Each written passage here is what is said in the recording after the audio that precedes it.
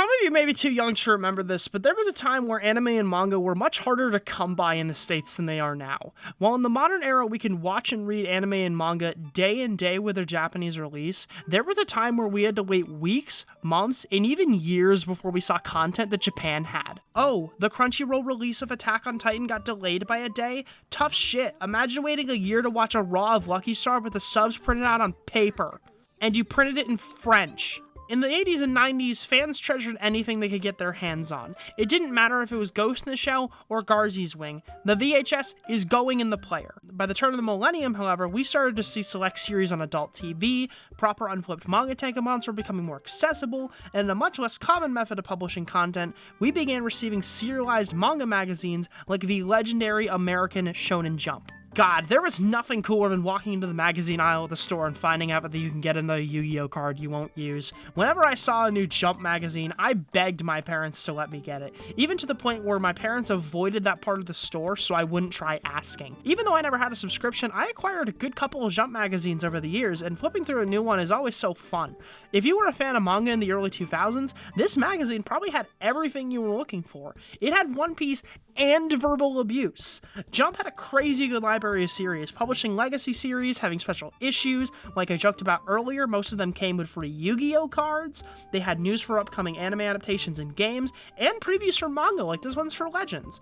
Just like the Japanese original, there was no better alternative for your manga needs. But this isn't the magazine we're going to be talking about today, and to introduce today's topic, I'd like to give you guys some backstory of how I learned about it. About a month ago, I walked into my local comic book store and picked up this copy of Slam Dunk Volume 1. I had wanted to start Slam Dunk for a while, so I bought it on a whim. After getting home and taking a second look at the book, I realized that this wasn't published by Viz like other Shonen Jump books were. After a Google search, I found out that Slam Dunk first came to America through Raijin Comics, and with even more searching, I found out that they had their own manga magazine that they serialized here in the States. And of course, I became so interested in this obscure, mostly meaningless piece of manga history that I immediately went out and bought as much of the run as I possibly could. And I got a pretty sizable portion of the run, plus a good sampling of their graphic novels. Raijin Comics is the American version of the Weekly Comic Bunch magazine, both of which being manga anthology magazines that mostly published older, already finished seinen manga. Weekly Comic Bunch was published in Japan from 2001 to 2010. However, Raijin Comics was published from December 2002 to July 2004, a significantly shorter run than its Japanese counterpart. While the original Japanese magazine was published by Comics Co., which is a publishing company formed by an ex-Jump editor-in-chief and multiple mangaka, the American version is credited under their American subsidiary Gutsoon Entertainment, with Raijin Comics and its Raijin Tankobon line being its first and, spoiler alert, only crack at publishing manga in the American market. Speaking of which, these tankobons aren't that bad. A couple of them are kind of stiff, but I can tell with use they loosen up over time a lot and require a lot less force to open. I think each book has an average amount of content, and the spines have a uniform and standard template, meaning each series fits together really well on a shelf. My only real gripe with these books is, unlike a lot of other tankobon releases, you won't be getting any extra content like bonus comics or bonus artwork. I think this kind of content was less standard back when they released these, but I feel like those bonuses add a lot of value to these releases, and those little things would have been nice. As for the contents of the magazine itself, well, there's many reasons drug relapse rates are so high, and I chalk one of them up to the table of contents being in the back of the Raijin Comics magazine. Excuse me for a moment.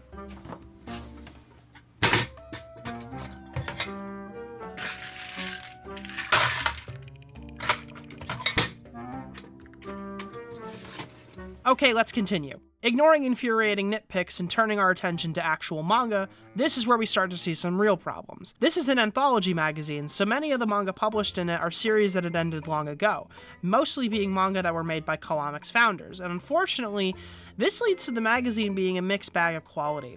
You have a couple great titles like City Hunter, Slam Dunk, and Baki the Grappler, but remember 5 seconds ago when I said a couple great titles? Well, this is the part where I mentioned that the magazine also featured Bomber Girl, Guardian Angel Getten, and The First President of Japan.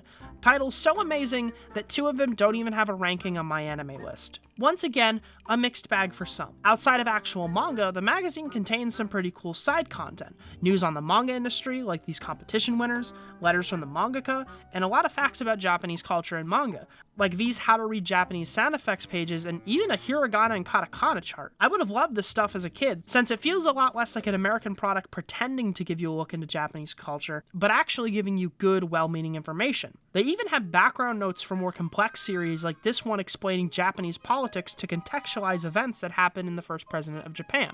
Very cool stuff. Another thing that isn't exclusive to this magazine, but I like about it anyway, is with releases like this, you get a chance to read these series in a significantly larger size and quality. I know you guys have only seen my hands and legs, so you may not be able to tell, but I have terrible eyesight. These glasses aren't really doing me any favors when looking at books this small. In my opinion, the larger the better when reading my comics, and while I'm fine with releases we get from companies like Viz, I prefer the largest picture I can get from my manga, and magazine releases like these allow me to read these series in that way. I know if I ever sit down to read something like Slam Dunk and Baki, I'll probably read as much as I can in this way.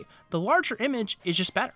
Now, I've already touched on it, but this is the part where we get to the failings of this magazine. I already mentioned it, but this magazine only ran for 2 years compared to its Japanese counterpart that ran for 10, or even American Shonen Jump, which also ran for 10 years. This magazine struggled to stay afloat, even with the financial backing of Sega and even with the booming anime and manga industry of the early 2000s. Why is that? Why didn't it have the staying power that something like Shonen Jump did? And after some thinking, I've come up with a small theory. In the early 2000s, because of the limited access the West had to anime, the medium was defined by a small group of similarities, and we rarely had varieties in aesthetic, themes, and genres of content. At the time, there was a significant amount of content that was directly comparable to each other, and it was hard to find stuff outside of that bubble. And if you ask me, next to none of the content in Raijin seemed to fit into that bubble. Not to drag any of these series through the mud, I really enjoyed stuff like Slam Dunk and City Hunter, but hoping that the anime and manga community of the early 2000s would become attached to series like Baki or The Fist of the North Star may have been hoping for too much. Don't get me wrong, I think these series have great artwork and are well loved, but even now in 2021, there's a large crowd of people who think that JoJo's Bizarre Adventures artwork is an acquired taste. So hoping to capture an audience of people who are mostly accustomed to cutesy children's anime may have been a risky business move. And don't get me wrong, I don't think attempting to release these series in the West was a bad move. Hell, it probably wasn't considered a bad idea to market to adults despite anime's mostly kid-friendly audience. Before the huge anime boom of the early 2000s, anime was known for and dominated by adult products like Akira and Ghost in the Shell. So the idea of compiling unreleased older manga series for a niche adult audience in a somewhat cheap magazine probably wasn't a bad one. Not to mention, they released tankobons on the side for fans who wanted to get into a specific series. This is a business strategy that Jump had been succeeding with for decades. And speaking of Jump, a couple months later after Raijin came out, American Shonen Jump started. And with Jump's lineup already being filled with popular series, it was only a matter of time before they cemented themselves in the American manga space, leaving Raijin in the dust. In the May 2004 issue of Raijin Comics, the final page of the magazine was a thank you letter to fans and an announcement that the magazine would be going on an indefinite hiatus in order to restructure the magazine and their business strategy. However, a year later, there was still no news on the magazine coming off hiatus, and the Raijin Comics domain name was lost to domain squatters. And while the Gutsoon Entertainment website stayed online, it wasn't updated after 2004, and in 2010 was also lost. However, both websites can still be viewed in a fragmented state through archival websites like the Wayback Machine. With most of Raijin's series now being published by other companies, we can only assume Raijin Comics won't return, and it's unfortunate. I think what made me so interested in the magazine when I discovered it was imagining the possibility of a manga magazine with the same quality of Shonen Jump. Shonen Jump was really the only successful manga magazine here in the West, so the idea of finding something that might have rivaled it got me excited. Not to mention, it was exciting for me as someone starting off with this dumb comedy YouTuber thing. The story I told you guys about coming across this little magazine that could, by chance, was true, and I feel like it was really cool just to discover something so ancient on my own, and doing that really made me want to share it, even if what I was sharing really didn't matter much.